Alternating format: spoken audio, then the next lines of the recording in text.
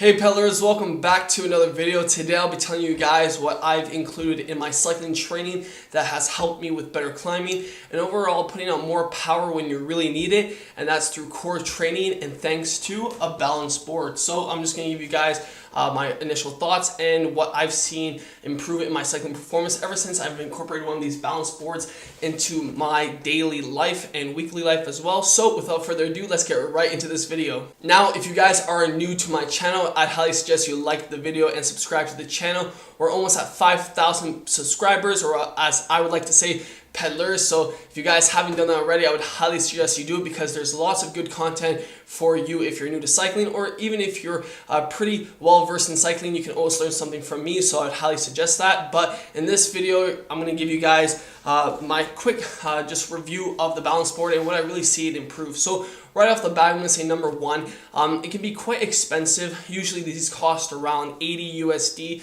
to 100 USD for a good quality balance board, and that's just because they are usually made of high quality wood or plastic, and you need something really sturdy that's actually going to keep your body weight and also not be flimsy, so you can actually keep your core strength and not worry about things breaking under load. So that's really important. So what usually comes with the balance board is the board itself and a cylinder. Now the cylinder is made to actually balance the board, and then you're standing on top of it. So it goes from one side, it hits a notch, and these notches can be removed with a screwdriver if you guys want more versatility. But then again, I would say that's advanced. Even I never got to that level so far.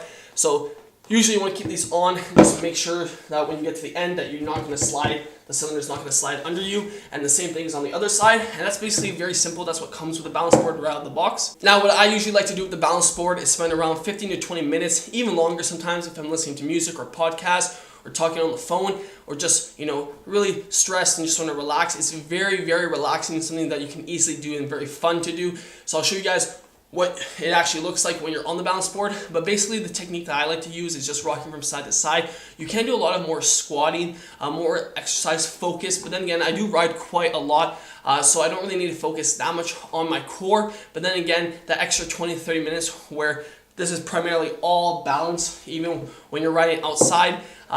You do a lot more core stuff when you're climbing. Where I am, there's not that many hills, so to get core exercise is kind of difficult. Then again, if you're on a bike period, you're going to get core exercise, but it's all about the intensity, right? So when you're climbing, you're really engaging your core, where if you do a lot of flat, I would say anything less than like 500 meters of elevation, you're not going to get that much core exercise done. So anything where you can increase that and actually have some fun with it, I totally support. So basically all I did was kind of like, the technique's called riding the wave. So basically you just stand on it and then ride side to side, and that's really fun. It's really easy to do once you get used to it. Then again, I have some experience in the past with longboarding and skateboarding, so my balance is pretty good on board type stuff. So it might take a while to get used to it, to get to the level I am. By no stretch of the imagination am I an expert.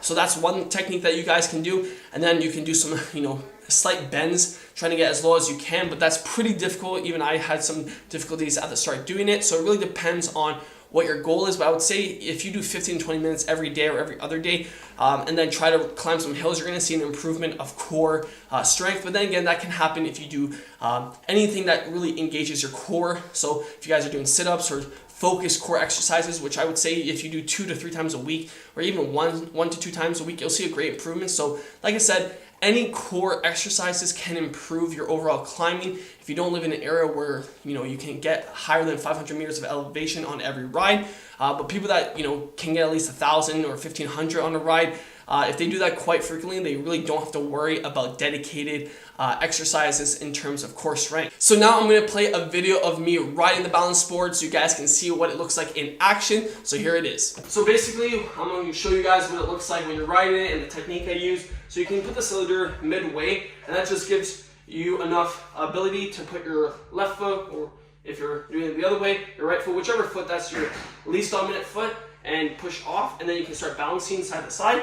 So I'll show you guys what that looks like. I'm pretty tall, so hopefully this is in shot.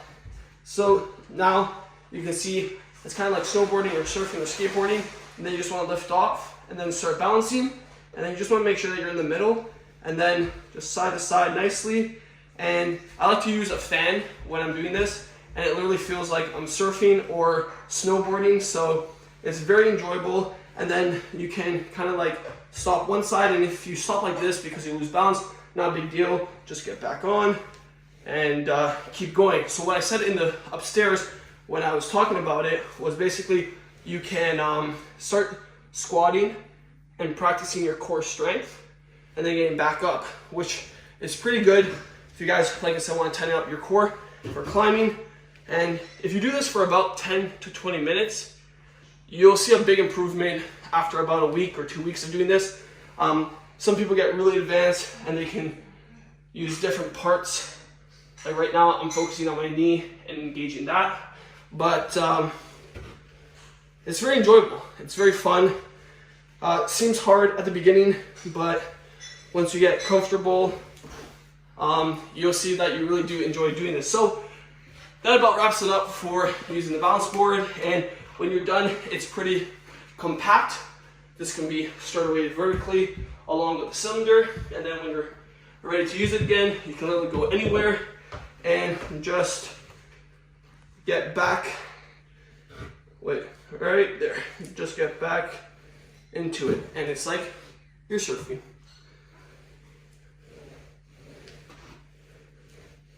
That about wraps it up for the balance board. I really do enjoy it. I really do think it helps with your core strength, especially on the bike, and it can really improve your overall climbing ability. Now, it can be quite costly, but then again, once you guys actually get the hang of it and get used to it, I think it's really fun, even just as, you know, a fun hobby thing, not even exercise related or cycling related. It's just really fun to do.